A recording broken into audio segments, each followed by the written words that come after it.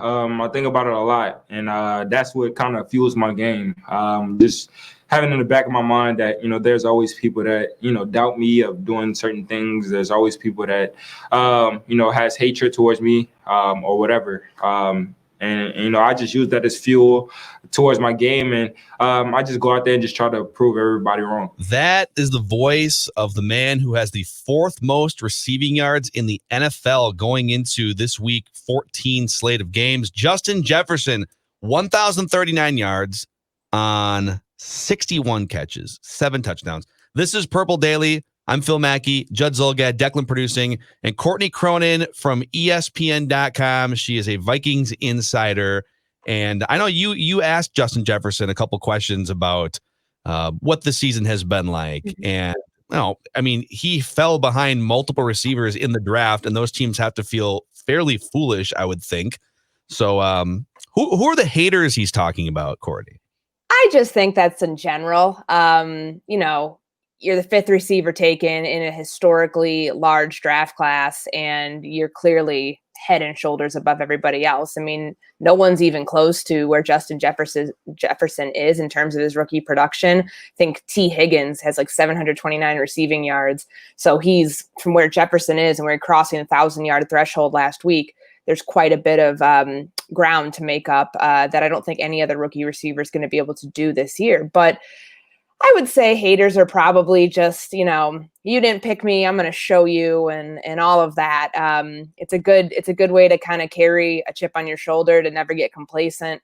But truly, I don't think there are any haters. I think everybody I've talked to on the team, nationally, locally, everybody loves Justin Jefferson. As I equated it off show, he's kind of like a golden retriever. Like, what is there not to love? Like, he is so likable as a person, clearly likable on the field too. I mean, for Kirk Cousins, who sometimes has a little bit of trepidation trusting receivers, didn't take him that long to really get in a rhythm here with Justin Jefferson. Yeah, they're still working at that. I'd like to see Jefferson targeted more than twice in the first half against Tampa Bay, but it's he's checked every box for everybody that we've talked to. I don't know if there's anybody who truly dislikes him, but to stay humble and carry all that, kind of, I guess, the goals and the motivation that you have for yourself, that's not a bad way to look at it. I'm confused, Courtney Cronin, because we all know that National Football League teams spend hundreds of thousands, if not millions of dollars, right, on the draft process. We hire psychologists. We hire people. We get to sit down and break down a person's beliefs, their greatest hopes, their greatest fears, their dreams. And I'm confused because of this. So when Moss fell to the Vikings at pick 21 in the first round in 98, that was because there were off the field concerns that, were legitimate. When Harvin fell to the Vikings at the 22nd pick, the same one that Jefferson went with in 2009, he had failed the drug test at the combine. And I think rightfully so. People thought you really should not fail that test because it's pre-planned. Okay. So I get that. My confusion is, what's your assessment or thought process on why this kid, who, as far as I can tell, you're exactly right, he's a good kid, he's a good person. Mm-hmm. Why the hell did he fall to 22? I can't get it with the amount of work that teams do behind the scenes. When he first came to camp, or when we all got out there to see him, he's 6'1", 203. It's what he's listed at on the Vikings website. I remember getting out there and thinking, he's a lot bigger than I thought he would be, because you think slot receiver, that's the label that he kind of got pigeonholed with. And certainly he's really good at it. His junior season at LSU, he set a school record for receptions with 110, and he had 100 balls caught out of the slot. So maybe teams just didn't do enough due diligence to know that the year before his sophomore season in 2018, that he had actually played outside more than he played in the slot. I mean, there was a significant body of work. Certainly the slot work that he had dominated everything, and they were a national championship team, and he was a huge part of that. They're a team of all-stars. So I think that it's honestly a lot of that, and people saw, okay, look at his 40 time, like Justin mentioned to us yesterday. He thinks that people just saw him kind of as like a deep threat and very not limited, but like he's got roles of what you're going to do and where he's going to work best. And that's what I thought initially, when we were talking about what is this guy going to be for the Vikings? Are you going to have to ease him in, training wheels, how that's all going to work? I mean, Gary Kubiak was telling us back in June that, yeah, we're probably going to start him in the slot. That's where he's most comfortable, see what we can do from there. But he didn't need those training wheels at all. Like, it was very clear his first game that he really exploded against Tennessee in week 3. He was fine wherever you put him, and he could, hold his own.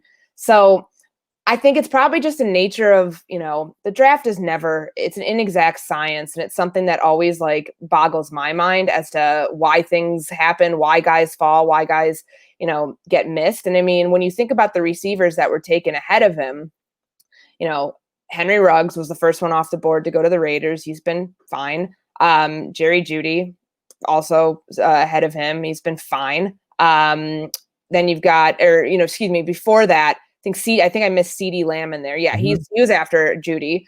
He's been great for the Cowboys, but obviously their offense has had a lot of problems this year. So maybe you haven't seen like the full, breadth of what he can offer. But they also have Michael Gallup and Amari Cooper, so maybe that has something to do with it. And then I haven't heard Jalen Reagor's name outside of like a couple times. He was taken right before Jefferson at 21 by the Eagles. Like, if there's anybody who's probably feeling stupid here, it's the Eagles, because everybody else that was off the board at that point, Vikings were in the same situation, but Justin Jefferson was picked one pick below where they took Reagor out of TCU at 21. So I think a lot of that factors into it. And it was also such a deep receiving class. Like, there were 30 something receivers taken, the most, ever of a draft class. And there's so many guys who had these fringe first round grades that fell to the second and the third round. I mean, think about where Tyler Johnson from the University of Minnesota went. I mean, that took forever. I think we were all expecting he'd be like an early day 3 pick. And then, when he goes to the Bucs much later than that, it's kind of like, wow, like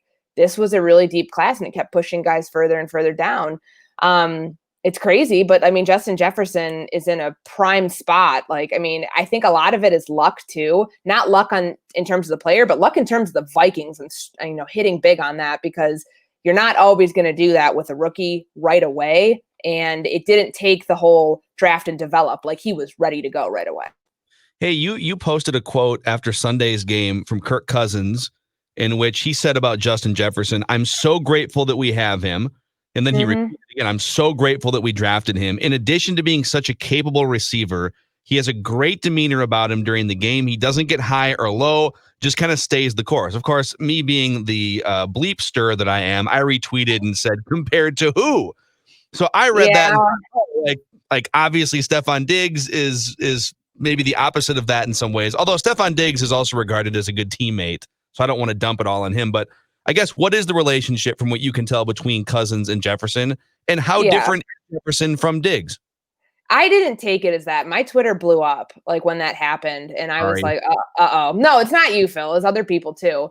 A lot of Bills fans got a hold of that, and people were saying, "Oh, shots fired at Diggs, at him next time." I didn't really take it as that. I honestly think that was Kirk's general average, run-of-the-mill assessment of Justin Jefferson. Jefferson has been great for him. He's not going to say anything but great things about him. Like, we're happy we drafted him. We're happy, he's on the team. He's a great teammate. He doesn't get too high or too low. I don't think that's good at all. So, the way that I look at that, I really wasn't thinking Kirk was making any sort of like under the table digs. I'd get at Diggs. I guess you'd have to ask him about that, but he's panned out really well. And there's a huge age difference between Justin Jefferson and Adam Thielen. Yet I don't think you'd find that to be so glaringly apparent if you didn't, if you were just looking at it from like a surface level. Like that, I mean, those two are thick as thieves. And I think it's a really cool role for Adam Thielen to kind of take that on and mentoring him and helping him through this process of becoming an NFL player. And that same thing with Kirk Cousins too. They put a lot of trust in Justin Jefferson early. And that's not just the offensive staff saying, "Hey, throw the ball to him, do all this stuff." It's Kirk having to do that. Trust where his reads go is like his line that he always uses. Well, the reads are taking him to Justin Jefferson a lot of the time. And I think that was my concern is he going to trust him soon enough? And is that going to pan out? Is it going to be something where he's, it's going to take some time to get that rhythm and chemistry down? They didn't really have an off season. They had such a short period of time. And I think that that's a testament too to Justin Jefferson. He came into camp ready to work, and it panned out really quickly. Like, we didn't see the learning curve with him that I think you might have anticipated, just given that they didn't have the normal off season to do the training session in Atlanta and the throwing session and all that. In talking to people with the team, Courtney, what do you think the feeling is behind the scenes about how much more there is there too? Because he's certainly an impact player. He is, for his age and experience, a really good player. But I would take it that there would also be an internal excitement about a next step or two, which would obviously cause nightmares for opposing defenses, but could be possible. Yeah. If he's this good his rookie year, like, how good is he going to be year 2, year 3? I mean, I think that the thought process is you could have a perennial Pro Bowler on your hands, and you could have somebody that you build an offense around going forward. Sure, we think about that in a way with Dalvin Cook and obviously Kirk Cousins putting pieces around him, but truly Justin Jefferson is the, the longevity of that offense and what you can continue to progress from and build around. I mean, he's a terrific playmaker, and he's 21 years old. Like, imagine how good he's going to be when he actually gets to like the cusp of his prime. I mean, it's not the same situation, but it's kind of like the same argument that we deal with Danielle Hunter of like, wow, when this guy actually gets into his prime of being a passer, it's going to be really good. So that's the way I kind of look at it with Justin Jefferson. And like, there's so much untapped potential there. Like, they're getting out so much of him now. And even Mike Zimmer says, like, he tries to keep guys humble, of course. Like, he's going to point out mistakes. He's going to point out things that he sees in practice. And I do think that, Jefferson is a rookie. I'm sure there's rookie mistakes behind the scenes or even at practice that we're not seeing. But the fact that it's not showing up on game days really shows you that he can translate what he's learning, what he's being taught, and not have it muck up or anything on game day. Like, he is a polished player, which I just don't know if you see that, with so many guys coming straight out of college and being asked to play as much as he is. Yeah. I really think, I feel like, for like 10 years there between, I don't know, like 2005 when Brady was getting to his peak and Peyton Manning was at his peak. And then you still had Favre, you had sort of the old guard, and then these new guys coming in eventually, like over that 10-year stretch of Rodgers and Russell Wilson. You had a group of quarterbacks and Big Ben that could elevate almost any group of receivers. Like, you weren't just going to put a bunch of undrafted guys out there, but like the philosophy was, all right, we got Tom Brady, so we're probably not going to spend first round picks on wide receivers. We're just going to we're going to look for talent elsewhere. I almost feel like now teams are so invested in these $30 million quarterbacks that, whether a guy's on a rookie contract or they know he's headed for a $30 million contract, we're almost seeing, and I think receivers with specialty camps and all the different training that they go through as junior high school kids, I think we're coming back around the other way where teams are looking for superstar talent at that position. It's not just a replaceable commodity like it might have been 10 years ago.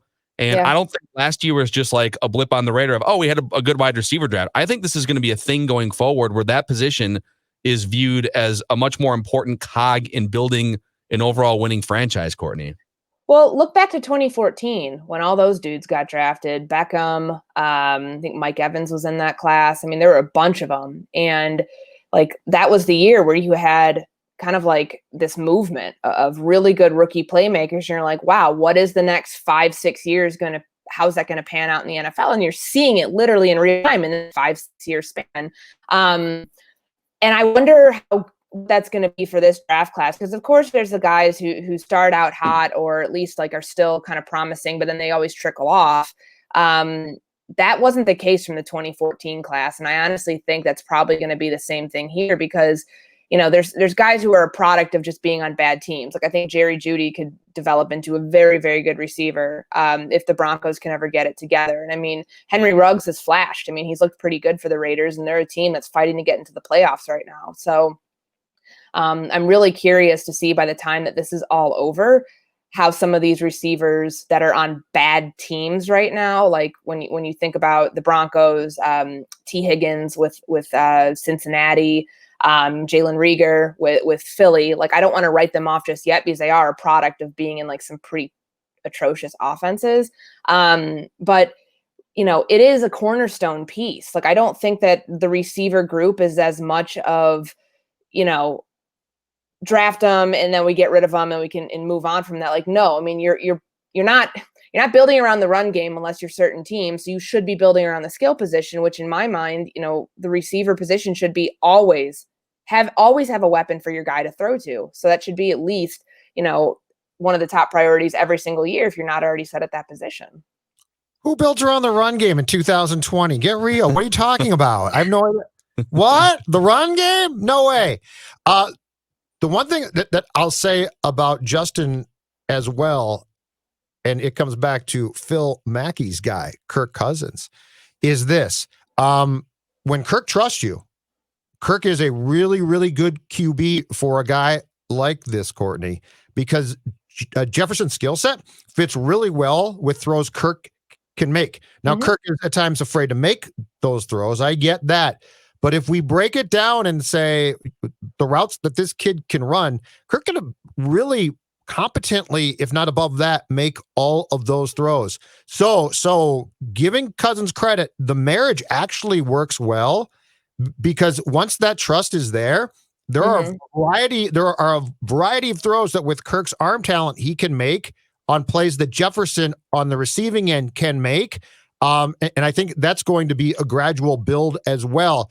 Because I will say this. So the one Kirk pass that I want to see him throw to Jefferson, and it might not work, but is the end of the game. Oh my God, I've got to make a throw. And it doesn't go to 19, it goes to 18. Because that to me is the final step of I completely trust this kid. Yeah. And I was on Diggs such an important part of this offense when he was here. He's at the time, the number one contested catch receiver in the NFL. Kirk could chuck up a ball and not really have a whole ton of faith in it, but know that his guy has the body control, the speed, the separation, the release, the whole thing. It's just a body of work that he's going to be able to come down with that ball. And he trusts that in those situations, red zone, tight window throws, wherever it was, that Diggs was going to be that guy. I think Jefferson's developing into that. I mean, Thielen is the red zone threat right now. It's very clear. He has his guy he's going to inside the 20. It's not Kyle Rudolph.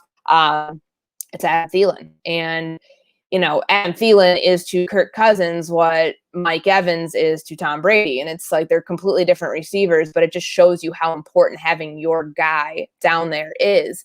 Will Justin Jefferson develop into that in time?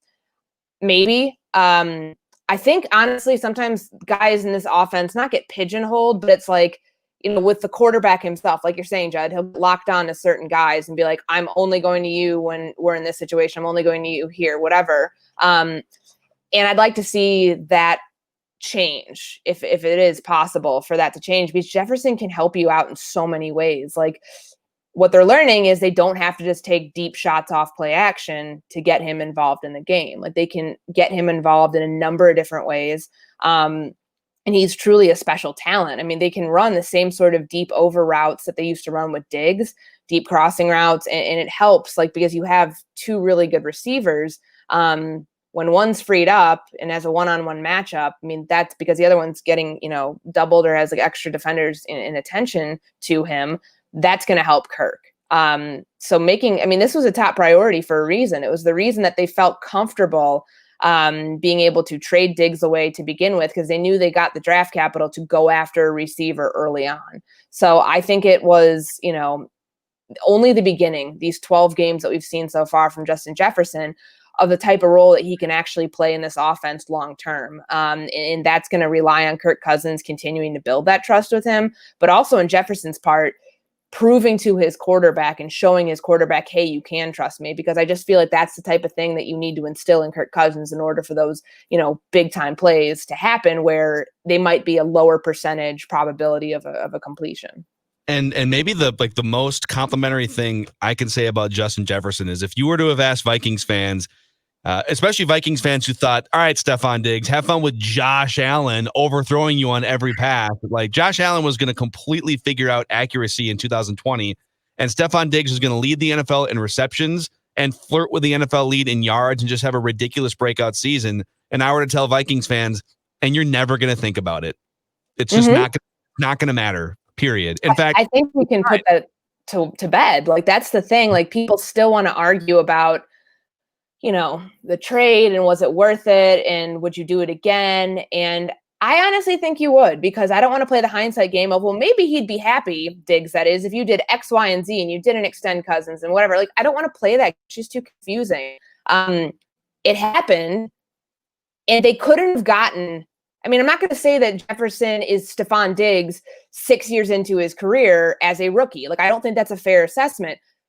Justin Jefferson is a stellar rookie receiver right now. I mean, not even Diggs was doing this as a rookie. So let's compare, like, not 6 years in, somebody who's been playing since 2015 to somebody who was drafted in 2020. Compare them where they are right now. That's the fair argument. You're getting production out of Jefferson that you would have gotten out of Diggs had he been here. And that's why I think you can, at the end of the day, like, sit back and say that was a great trade considering all the draft capital you got with it, including a pick in 2021.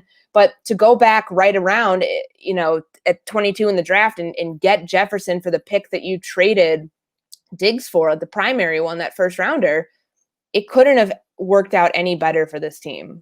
Yeah. I mean, the scoreboard between the two of them right now through 12 games, Justin Jefferson, yards, check. Yards per reception, check. Touchdowns, check. First downs, about equal, 42 to 46. Diggs slight edge. Yards per target, Justin Jefferson, 4 more yards per target than Stephon Diggs. So pretty amazing. He's been targeted less too, so that tells exactly. He's been targeted like 40 times less, which is ridiculous. That's a wrap on this episode of Purple Daily. Courtney Cronin, you can check her workout at ESPN.com. Just click on the Vikings page and be sure to check out Vikings Vent Line right after Vikings and Buccaneers finish up on Sunday. YouTube.com/Purple Daily Podcast. And we'll see you guys tomorrow.